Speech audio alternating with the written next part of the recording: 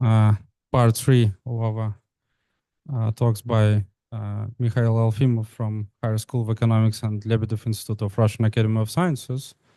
And today, Misha will tell us more about what is called conformal field theory and in relation to Fishnet theories and BFKL limits. So we're happy to have you.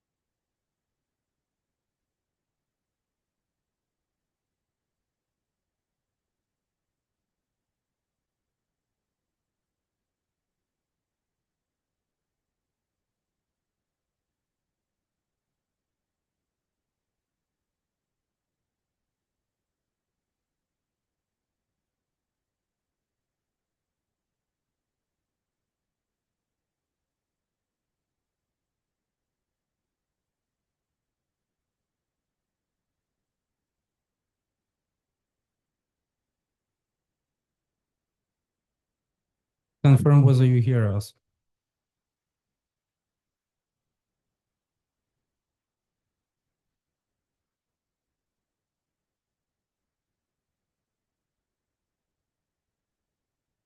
You hear us.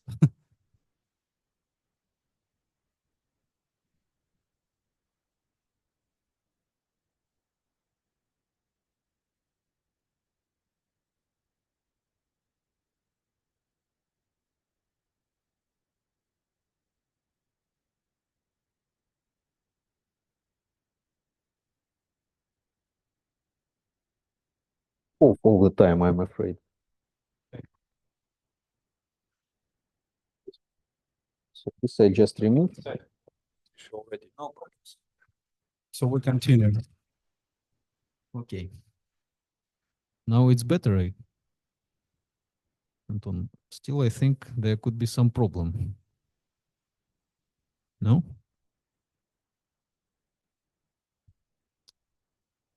Hello? Can people confirm that you hear us? Now. Okay, good. Okay, fine. So I can continue. Anton, could you remove this, please? Okay. As I said, in this planar T-Hooft limit, the perturbation theory of this conformal field theories is dominated by some very simple graphs. I will give you specific examples of this today. And they represent some regular lattice, which goes actually back to Zamolodchikov's paper on these lattices. Yeah, and as I said, starting from this Fishnet CFT, you can build the whole huge class of theories with such a property with of relatively simple structure of Feynman diagrams, which is called the Loom CFTs and was introduced by Kazakov and Aleucci in 2022. Yeah, so basically what happens, we have more fields than in the case of Fishnet CFT, but still you can organize the propagators and so on in such a way that still you have very simple structure of Feynman graphs for this theory.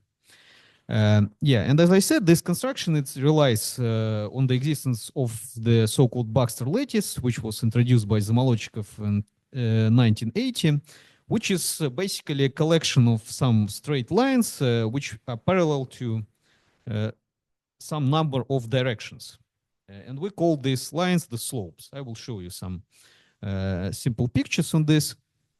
So in this work, I will study the representative of the class of the Loom CFTs with four slopes. These four slopes means we have four different bosonic fields in this theory. Okay, and the case I'm interested in has only quartic scalar vertices of these fields. So contrary to the case of Fishnet CFTs, which has one interaction vertex, it has two interaction vertices, which makes the life in this theory a little bit more interesting. Okay, so let me start from introducing the Lagrangian of this checkerboard CFT. As I said, different from the case of ordinary Fishnet CFT, there is no known gauge theory from which you can produce this Lagrangian, but still you can write down this Lagrangian. It looks a little bit similar to the Lagrangian of Fishnet CFT. So you can see here there are four kinetic terms, like in the Fishnet CFT, but we have also two interaction terms, which contain four bosonic fields, and two different coupling constants in this case. Also, this action in general, it's non-local, so we have the kinetic operator in some power, which could be a non-integer, of course. And here, the sum of these powers of these W's equals to D. So this guarantees this correlation functions has conformal symmetry actually. And also, of course, if all W's are just unities, this action just becomes some local action in this case. the case of isotropic checkerboard CFT. And of course, all these fields, ZK, they are fields in the adjoint representation of SUN. So let me introduce some parameterization, which will be convenient in what follows. Here I introduce the parameters U delta plus and delta minus. As we have this condition for these weights W, we can use only 3 of these parameters.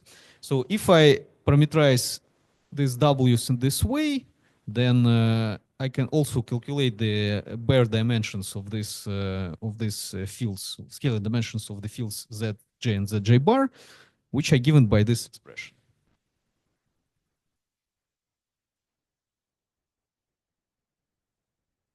To check that, if I sum up all these dimensions, you see that the dimension of this term equals to D. This means these coupling constants are dimensionless in this case. Okay, and for generic W's, you do not need any additional counter terms to counter the divergences of this Lagrangian, but there are some special cases when the sum of these deltas, the dimensions of the fields Z1 and Z2 equals to this sum and equals to D over 2, or delta 1 plus delta 4 equals to D over 2 and equals to the sum of the other dimensions. And in this case, to counter the divergences, we have to actually add some additional counter terms to this expression, which are given by a couple of double trace operators. And here, these constants alpha, they just depend on the coupling constants of this Lagrangian. Yeah, so today I will be interested mostly in the case when we do not have this additional counter term. So I will keep this W's to have some general value, and then I will consider different limits of these parameters U delta plus and delta minus for different space-time dimensions. Okay, so a few words about how this CFT originates from the general Loom picture. I'm not going to spend a lot of time speaking about this general Loom CFT business, but still a couple of words about how to put this checkerboard CFT into this general picture of Loom CFTs.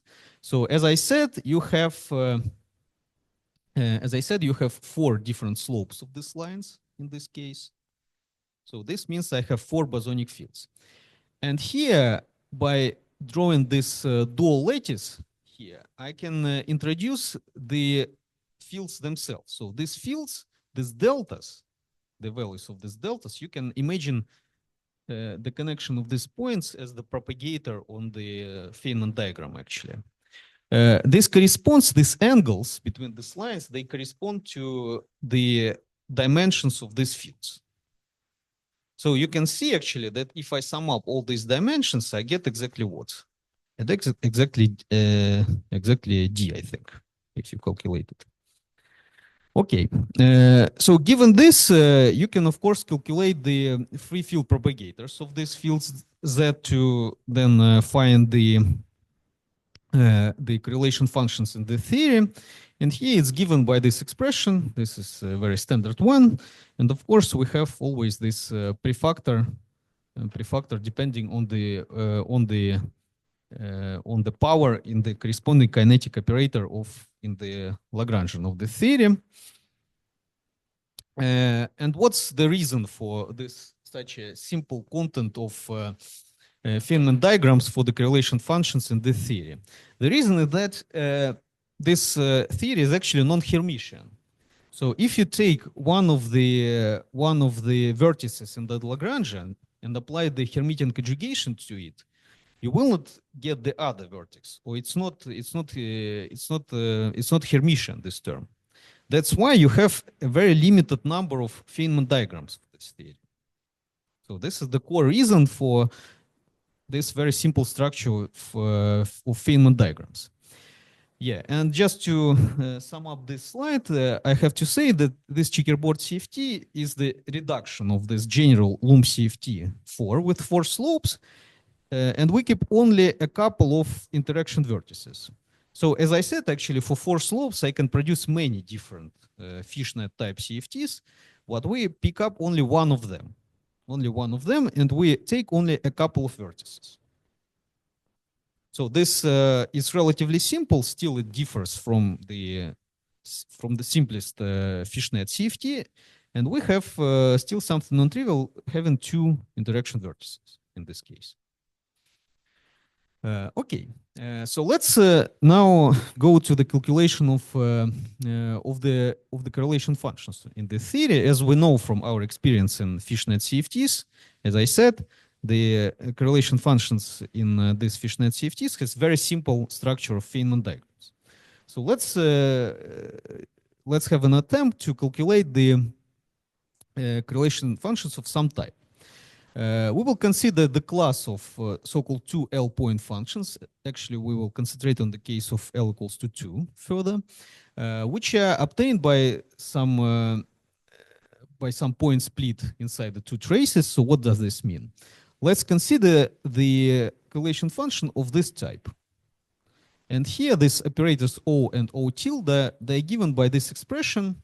So O is just a single trace operator, which is assembled from the fields Z1 and Z2, which are the pairs of these fields are put at different points. And this O tilde is assembled from the fields Z4 bar and Z3 bar. And here they are also assembled in this, they are also splitted in these pairs here. So if you consider, for example, L equals to 2, this means we consider some 4-point function, 4-point correlation function. Yeah, and what is nice about this type of correlators, given the structure of Feynman diagrams of the theory, I will show it on the next slides, you can find this correlation function as the action of some graph building operator. So at any order in perturbation theory, you can write down this correlation function in a very simple form. So it's given basically by one Feynman diagram at each order. And order by order, you can understand this correlation function as the action of some graph building operator on the previous order.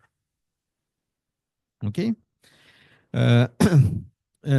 So what does this mean? It means that I can take the previous order contribution, say at the n-1 loops, then apply to it the action of some graph building operator, and then obtain the next order contribution to this type of the correlation function. Okay. So then our task actually is to analyze the properties of this operator T. So if we know everything about this graph building operator T, then we can just exactly calculate the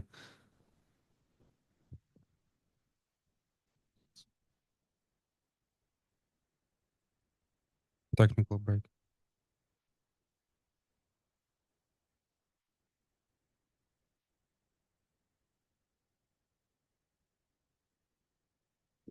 Okay, can you hear? Okay, so then our task is to study this graph building operator. Okay, so let's go into the details of this calculation. As I said, in the structure of Feynman diagrams is very simple, and here is the leading order contribution to this 4-point function. So as I said, let's consider the case of L equals to 2, for example. Actually, for L equals to 3, 4, and so on, you will just have more rectangles of this type. So we'll have some string of rectangles. So this is the leading order contribution to this correlator. You see here are the positions of the fields of this, and this. So this part is basically this part of the correlator, and this part is corresponds to O tilde. Okay, so this is just the product of the corresponding propagators. And if you write down the contribution to this correlation function in the next order, you just have a couple of such pairs of the rectangles. So basically, everything looks like you apply this second rectangle, the second pair of rectangles, to the first pair of rectangles, and these dark points, they mean that I have to integrate over the position at this point. And these blue points means these points are identified. So you can imagine that all this picture lives on the cylinder. And at the next order, you still have the repeating picture. So you have to apply again this pair of rectangles to the previous picture, and so on, so on, so on. So this is, you can see that you have a very, very simple structure of Feynman diagrams in this case. And the correlator at any coupling, actually, it results from some beta-salpeter resummation, which is given by this expression. Why it contains this number of different contributions? Because you have also some cyclic symmetry of the coordinates in this picture, because you can merge different pairs of fields here. So you can merge, for example, this with this, or you can merge this with this. Yeah, so you just have a sum of L similar contributions. Then you can merge x1 to x3 prime, and so on, so on. So we have L different contributions of this type. Good. And here K is nothing else but the sum of the graphs of this type at each order of perturbation theory. And you can also see that the order of the coupling constants is correct, right? So the leading order contribution n equals to 0, right? It corresponds to a couple of vertices. So it's xi2 squared, and from here also comes xi2 squared. At the next order, you have this xi2 squared, then you have xi1 squared again, and here xi2 squared again. So everything is consistent. And next order behaves the same way. So this xi1, xi2 squared is the contribution from each order of this perturbation theory. Good. And it appears that if you write down this operator T, which moves you from the previous order to the next one, it is nothing else but the transfer matrix of some non-compact homogeneous spin chain with SO1 D+1 symmetry and some periodic boundary condition. So this is how this works. And each side, it carries some infinite dimensional representation of the scalar field with this scaling dimension. So in fact, our task is just to analyze the spectrum of this T operator. Good. So let's look more closely at this. Here I wrote the example of this graph building operator of this T operator in the case of L equals to 3. So here again, these blue points are identified. Over these points you integrate. And here are the dimensions of the propagators here of the corresponding field. So this means it's Z from Z1 to Z1 bar and so on. Yeah, and as I said, these deltas, they expressed in terms of several parameters, 3 parameters in our case, U, delta plus, and delta minus. So this operator T is the trace over the auxiliary space, which means we have to integrate over these blue points.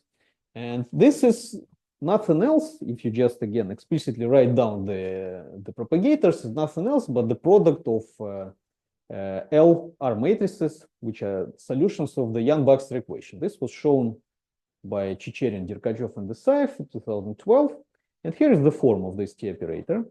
And you can write down the representation of the R operators in this transfer matrix in a coordinate form. So they just act on some functions of this variable on the functions of the variables x1, x2, and x3. Here I wrote the explicit form of this R matrix in coordinate representation. So we just the product of four propagators, and delta plus delta minus are the are expressed in terms of delta 0, delta 1, and delta 2 in this case, but this is just some technical details, and C is just some normalization constant, actually. Okay, so now let's fulfill some specific tasks. So we know that from when we calculate the 4-point function, there appears, from it you can extract the dimensions of some operators which appear in the OPE of the operators in this correlation function. Okay, so the fact is that we can derive the exact expression for this 4-point correlator in this checkerboard CFT, and then how to extract the anomalous dimension of the lightest single trace operator. We have to find explicitly this expression and then find some poles in the exact expression for this 4-point correlator. So here is the operator we are analyzing. And let's look closely at onto the case of L equals to 2.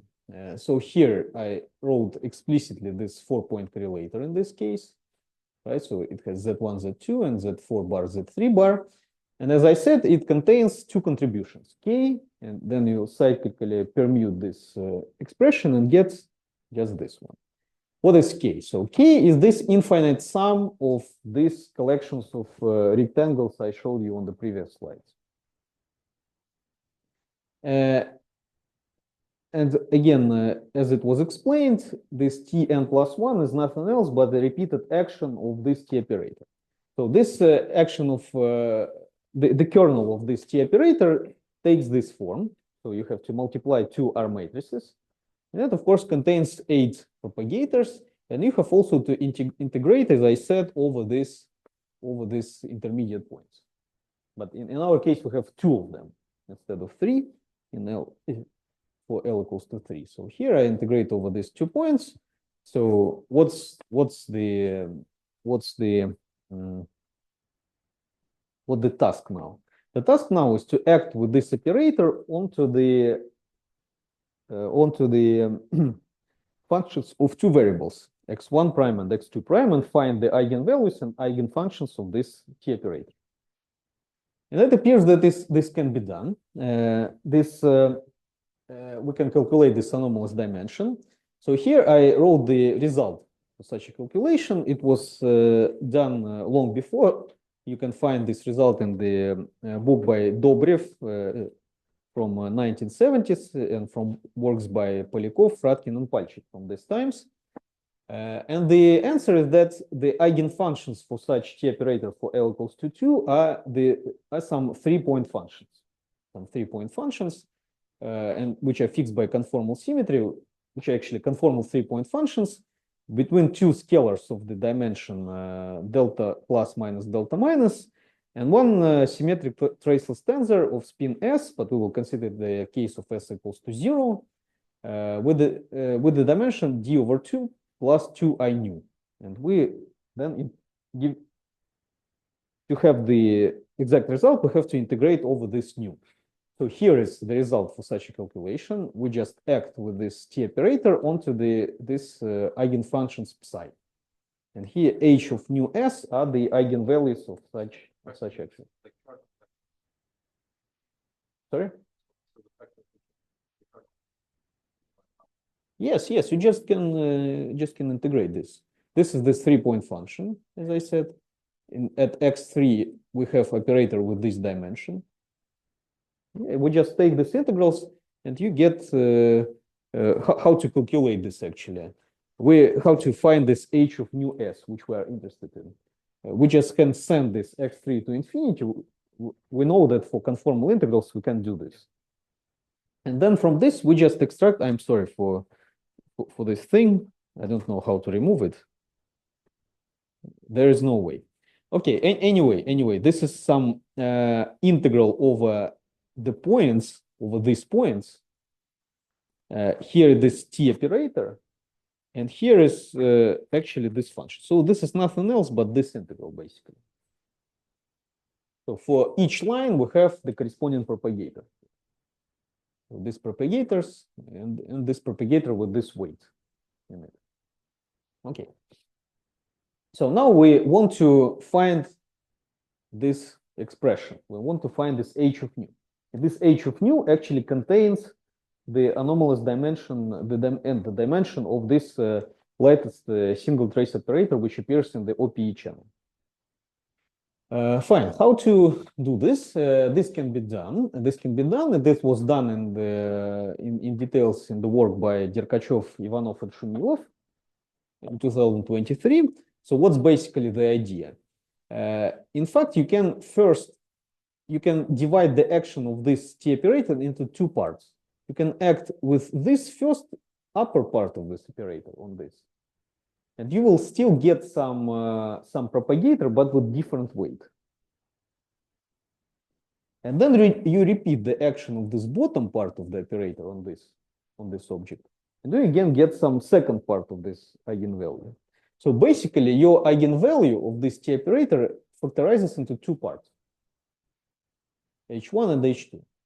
And this H1 and H2, they can be explicitly written, and they are nothing else but the generalization of the famous kite integral. But kite integral, I think it was analyzed for the case of d equals to 4 only. But this is the generalization of the kite integral for the general decay. Okay? So you just can represent this H1 and H2 as these integrals of the kite type. This is some prefactor. This A1, A2, they're just the functions of the dimensions here. So you can just compare these two pictures. Actually, this line, it corresponds to this line here. And these lines, they correspond to the pairs of these lines here. Yes, yes. So the aim is to calculate this integral. As you see, we can represent both parts of this eigenvalue as the function b, but with different arguments.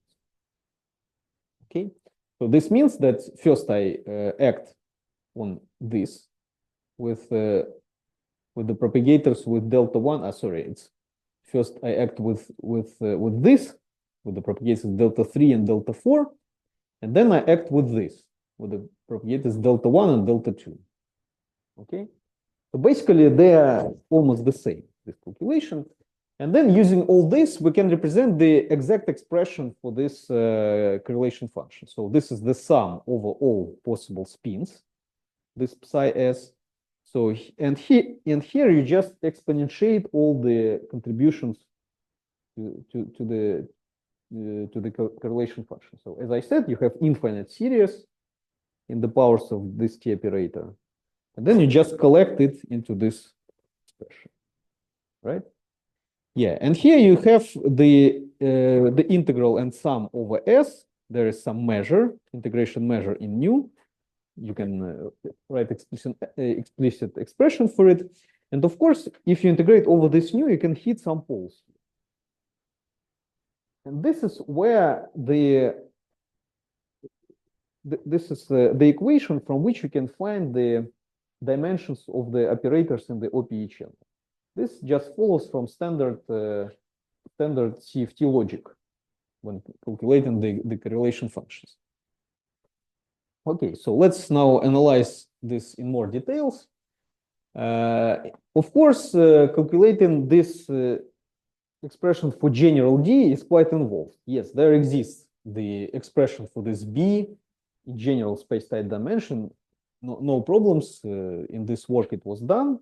You can write down it in the form of some double series. But we were interested in calculating explicitly this anomalous dimension in some specific cases. So we decided to consider some reductions of this checkerboard CFT.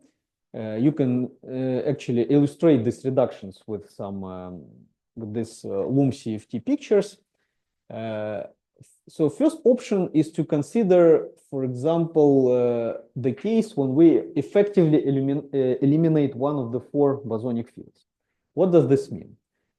I can choose one of these weights, W4, for example, to be 0, which means that my parameter u has to be equal to minus delta minus. What does this mean? This means that basically I remove these fields from here. Okay, so then in the Lagrangian, I do not have the kinetic term for the field Z4.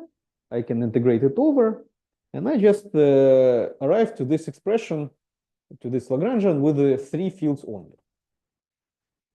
So if you do this, you get this anisotropic d-dimensional FCFT, but with 3 bosonic fields only. Okay, it's similar to the previous one, but contrary to this previous one, you have only one interaction vertex, and still this CFT is anisotropic. What does this mean from the point of view of this picture? This means that the dimension of this one of the fields tends to d over 2.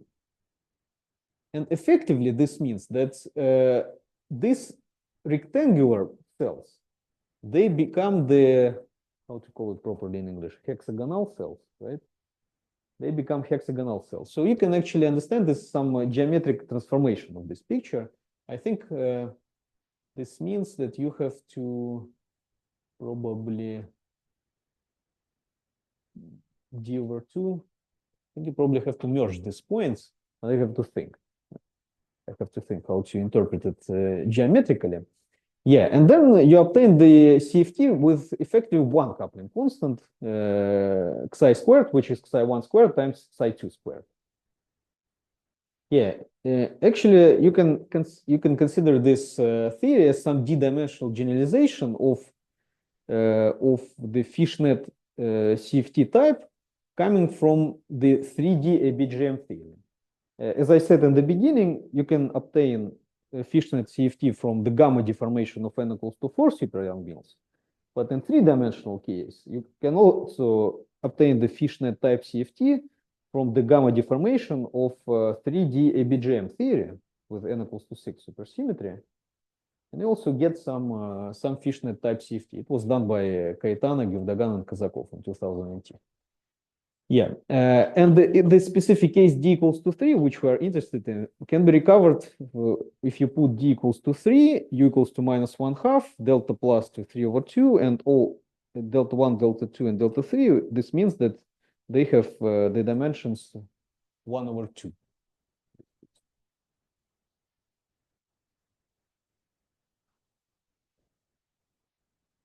Yes, gamma deformity. In the same, you do in the same way as for n equals to 4.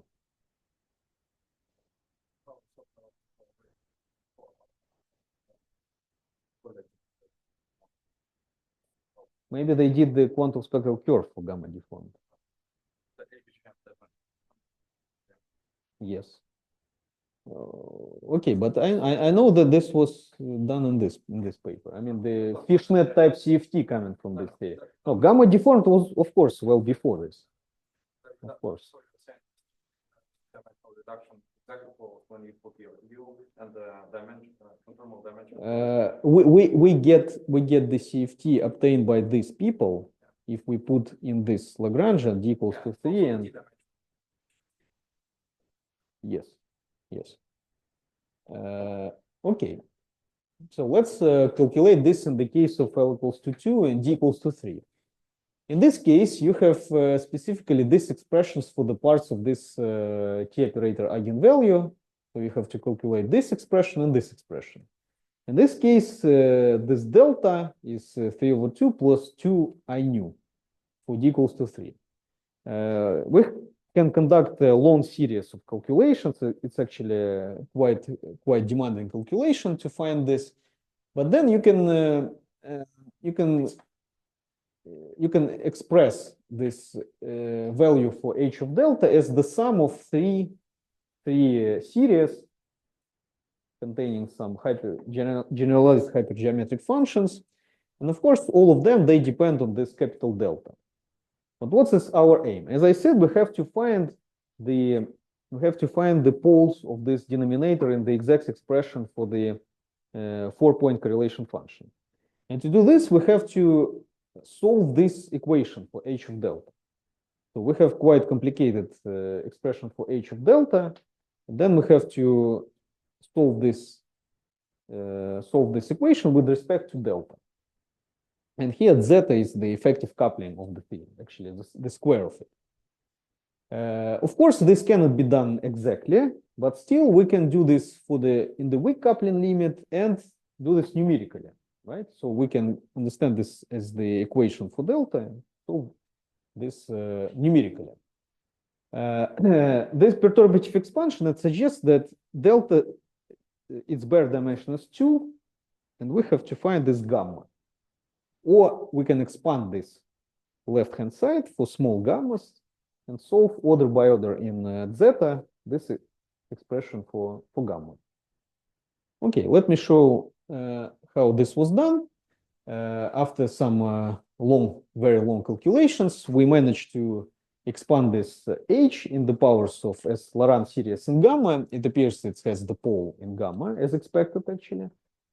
And here we have just as the coefficients, we have some collection of logs, zeta functions, and actually all the terms can be expressed in terms of polylogs, of polylogarithms, with the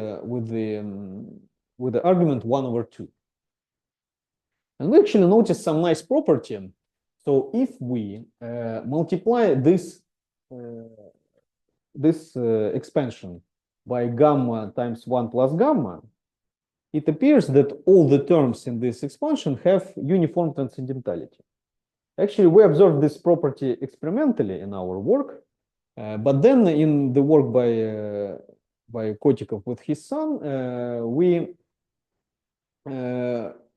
they have proven using some different representation for this kite integrals in terms of some integrals of hypergeometric functions. They managed to show that all the terms in this expansion, they have uniform transcendentality. So for now it's just an observation, but still it's a nice observation that all the terms in the expansion of this function have uniform transcendentality. Yeah, and then we can putting this into the left-hand side of this expression, we can solve it order by order in zeta. So here, introducing some new coupling, just to absorb this 1024 pi squared inside the coupling, we get the nice expansion of perturbative expansion of the anomalous dimension in the powers of coupling constant. And you see here all the terms, they can actually be expressed in terms of the multiple polylogs with the argument 1/2. Okay, this is the perturbative result. And also we can conduct the numerical calculation. So we can just plot the graph of the left-hand side here as the function of gamma. And here you see the result. So when gamma is 0, of course, our left-hand side has to be equal to 0 in this case. And the other point, when as this expression is actually symmetric with respect to gamma to -1 minus gamma, it was also proven by Kotikov and his son in their paper. You can see that this function has this symmetric form with respect to gamma equals to -1/2.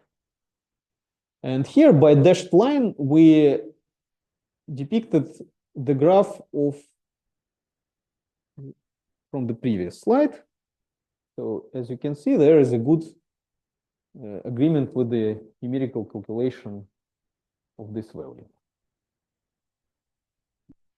Okay.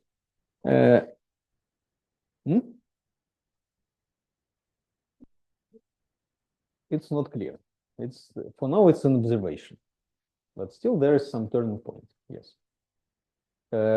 Using Kotikov's representation of this h of gamma, you can actually see this symmetry explicitly. They have mathematically proven it.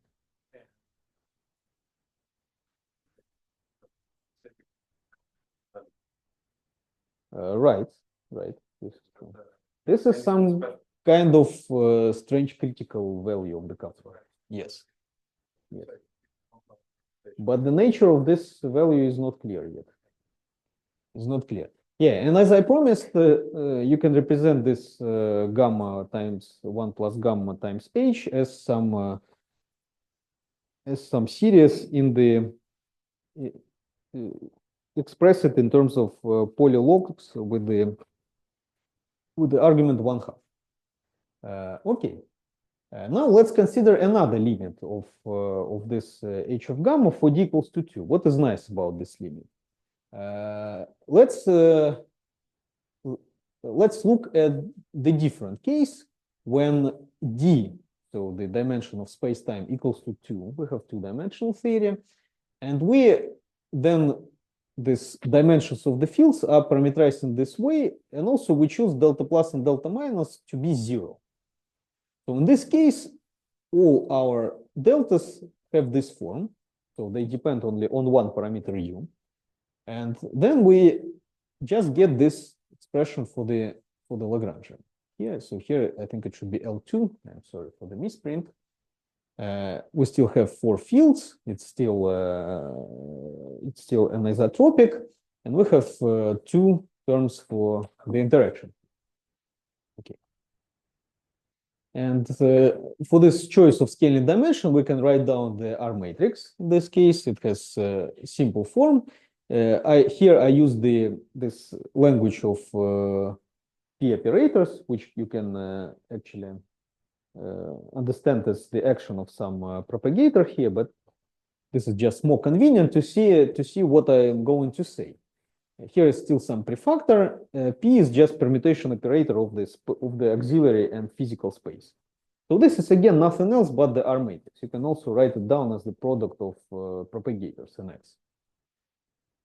Let's conduct the Taylor expansion of this expression in the powers of u around u equals to 0. And if you conduct this simple exercise, you see that in the sublinear order of this expansion, you just extract the so-called BFKL Hamiltonian.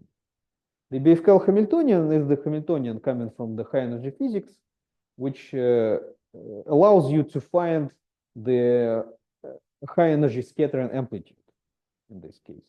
And the eigenvalues of this Hamiltonian are very important because they regulate the behavior of cross sections in.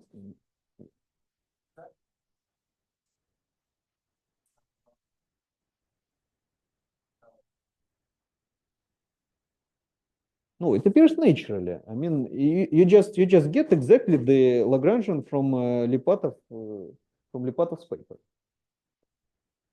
And in fact, here I only wrote the situation corresponding to L equals to 2. But you can do this for any L. Yes, of course. Of course.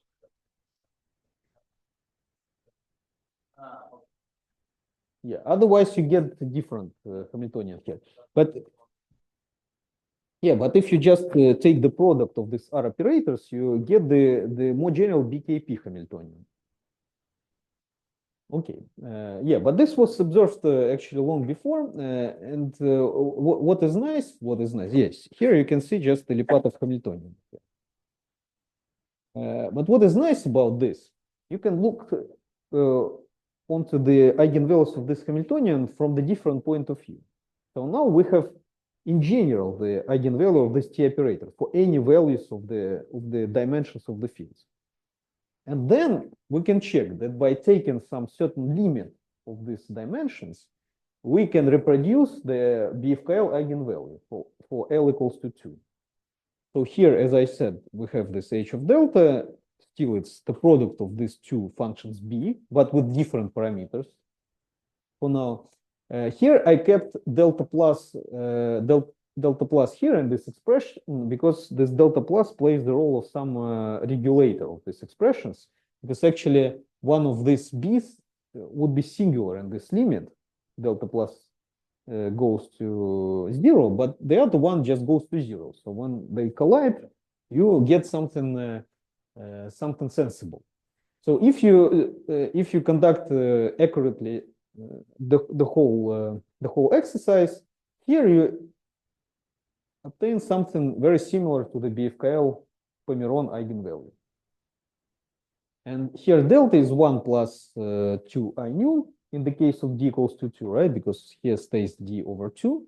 So if you just put it into this expression, you exactly reproduce the very well-known BFKL Hamiltonian eigenvalue. But what, in my opinion, is interesting about this, still you can write down this h of nu for case of general L, or at least try to do this, right? And then by taking this limit of the dimensions of the fields in the theory, you can maybe reproduce the eigenvalues in the case of order-on eigenvalue. And I think this is maybe worth doing in the future.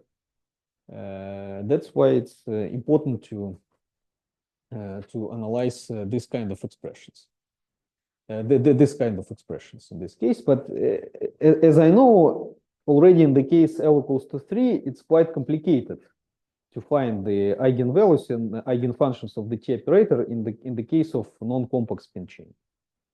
So that's the main technical issue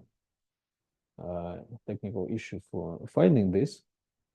And the last point I just wanted to briefly mention this. This 4 and L point functions of two single trace operators is not the only class of correlation functions you can analyze in this checkerboard theories. So here I wrote some class of so-called single trace operators. How to understand this these correlators? You can understand it in the following way. As you have seen, all the Feynman diagrams I used are some parts of rectangular lattice, right? Consisting of two types of vertices. And if you just draw this rectangular lattice and carve out of it some part of this lattice, you get actually the diagram which contributes to some correlation function of this theory. You can understand it in this way. So let's consider some single trace correlators which have M1 plus M2 plus so-called MN, so on Mn external fields which are grouped into n positions. So what does this mean? Here I have M1 fields, M2, Mn, and so on. And actually what I say that only the diagram, one actually diagram of this type contributes to this type of correlators. And here these products are nothing else but the products of fields of this type, Zk and Zk bar. Yeah, and if you just carve out this kind of pictures, you get the only contribution to this correlation function. So you can see that the structure of Feynman diagrams in the theory is very, very rigid. You cannot produce more Feynman diagrams, in fact. Okay, and among these correlators, the single correlators of this single trace correlators of this type, you can highlight two main types of such correlators. The first type, which was actually, I mean, the correlators similar to it were studied before. They're so-called rectangular correlators, and which can be considered as some generalization of the Basso-Dixon type correlators, which they considered for the ordinary Fishnet theories. And here I just wrote some examples. So let's consider the 4-point function of this type. We have four groups of fields. So here are n pairs Z1, Z3, m pairs Z2 bar, Z4 bar, and n and m pairs of conjugate fields. And for example, for the case of n equals to 3 and n equals to 4, you can easily check that the only diagram which contributes to this correlator is this diagram. There are no other Feynman diagrams contributing to this correlation function. And these 3 points, they are the same point, and these 4 points, they are the same point. So you can easily recognize it.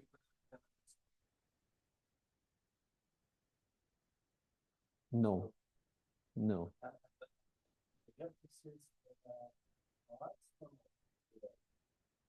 No, they're just a single diagram. Nothing else. Nothing else. You can just check it by direct calculation.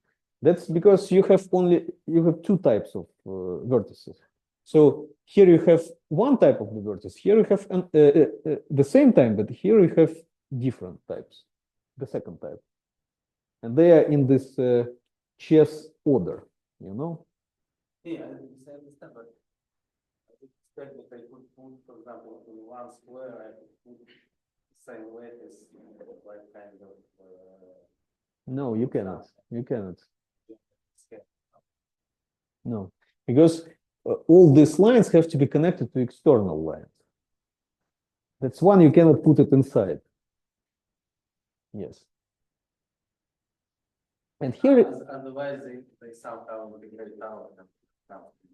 yes.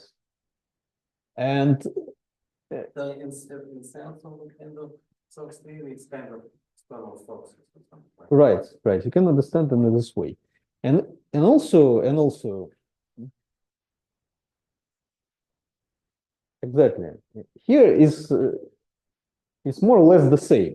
You have you can consider it as the application of graph building operator to this bottom part, for example. You apply this graph building operator, then again, and so on. Just the only the difference from the Basso-Dixon is that you have two types of graph building operators because you have different order of different vertices here. Here you have first, second. Here second, first. So you have to analyze two types of graph building operators.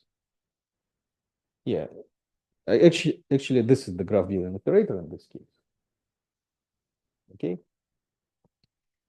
This is one part of the story, but this type is similar to the previous one. But here I can show you some new type of the correlators, which are called the diamond correlators. They're also given only by one Feynman diagram. There are actually, you can, by drawing the diagrams, you can divide it into 4 classes of these types. So this means these 3 points are again identified, and so on. And these are the correlators of this type.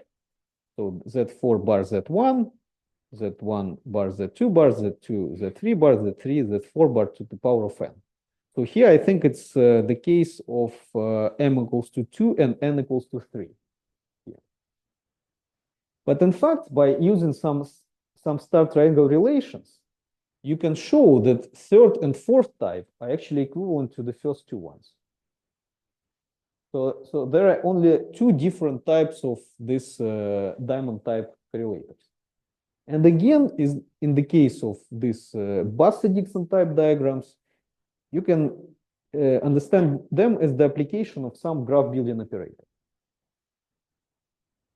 Right? So you just can apply to this part, you can apply the graph building operator. We already analyzed. But the difference with the case of correlation functions in the first part of my talk is that these points are identified now. So this makes the life easier in this sense. Okay. Of course, I do not have time to tell all the details about it. That's why let me give some conclusions. So we introduced this checkerboard CFTs and studied as the representative of the family of loom CFTs. Maybe it's interesting to analyze some other CFTs from this loom family. Also, we presented few analytical calculations, including this 4-point correlator and this rectangle and diamond type correlators, and check that this graph building operator in 2 dimensions, in some limit of spectral parameter, it reduces to some Lipatov's Hamiltonian for rigid gluons, and actually even to BKP. It's Balitsky, Kvichinski, Prashalovich. For larger number of the sides of the spin chain. Yeah, and I think there are a couple, 3 interesting points to study. First of all, it would be nice to generalize all this calculation for the case of any L, for the case of general num, for the case of 2 L point correlation functions. Also, I think it's interesting to see how all this is related to the sigma model representation for checkerboards fishnets with cylindric topology we actually used which is analogous to the work of Basso-Dixon and other works of Benjamin Basso, and to find possibly some TBA equations. And also, it would be useful to apply the Yangian symmetry, maybe find this Yangian symmetry for this checkerboard graphs, following the works by Checherin, Kazakov, Levkovich, Masluk, and Mishnikov, which was quite recently.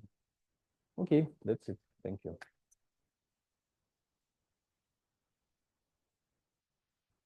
Any questions?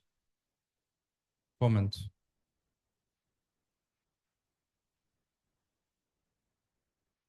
For general L, what is the main difficulty? You said that this is about the main difficulty is to diagonalize this graph-Billian operator. Because if it's equivalent to finding the spectrum of the spin chain, but this spin chain has non-compact symmetry group. That's why it's hard to find this solution. It's not known in general. It's known for 2 sites, at least for this case. But for 3 and more sites, it's not known. Is it like spin chain with, like, when I change L, this is just a spin chain with L corresponds to the number of sites? Exactly, yes. And one more question. So for the usual fishnet diagrams and for your checkerboard diagrams, are these different spin chains which are related to them, or it is just one spin chain? Because the pictures are very similar. At least in the case of d equals to 2, you can consider certain limit where the spin chain is the same. For the general case, I cannot tell in the moment. I think at least for some choice of the parameters of the theory, this is true. But this checkerboard case is more general.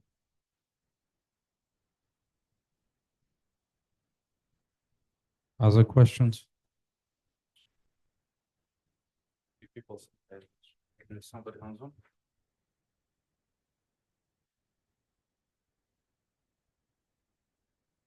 I just remind people on Zoom can unmute, and if you have any comments or questions, you can ask. Okay, maybe one thing from my side. When you talk about the construction, what people have been doing, like Benjamin and John, find in the Sigma model description for this. I'm just wondering, since you have been mentioned, to derive the TBA system for this, for that you would need to understand what's the kernel of your theory. For that you would need to understand what's the scattering process in order to build up the kernel. And for the scattering, you need to capture the whole analytic structure that arises in this theory. This is what Benjamin was, I think, doing. You need to have a clear analytic structure of these kernels right there. Right. But I'm afraid there is. If you can comment anything. There is not much known about this. The only work I mentioned by Derkachov, Shumilov, and other guy who analyzed these eigenvalues. I'm afraid that something is known only in a very limited number of cases. I see. Yeah. I also remember Grisha Karchemsky was telling me that in this type of any kind of deformed fishnets or this, sometimes you can get modified version of beta-salpeter from which you can extract certain data on analytic data on these kernels. But I'm not sure whether it is applicable. Maybe, but here. what I can say at the moment, the only thing is known is the representation of this eigenvalues as some double series. Yeah, because also that's rather probably a comment, because another interesting thing is maybe to follow this proposal by Sergei Tergachev to construct the Q functions of the underline to exploit the symmetry and maybe obtain the a version of the quantum spectral curve for this type. This may be, yes, this may be. He did this for SL2C spin chain. Correct. So I think in this type of the like Basso-Dixon generalization, maybe it is possible we can find it. Yeah. Okay, any further questions? If not, then let's thank the Mikhail again.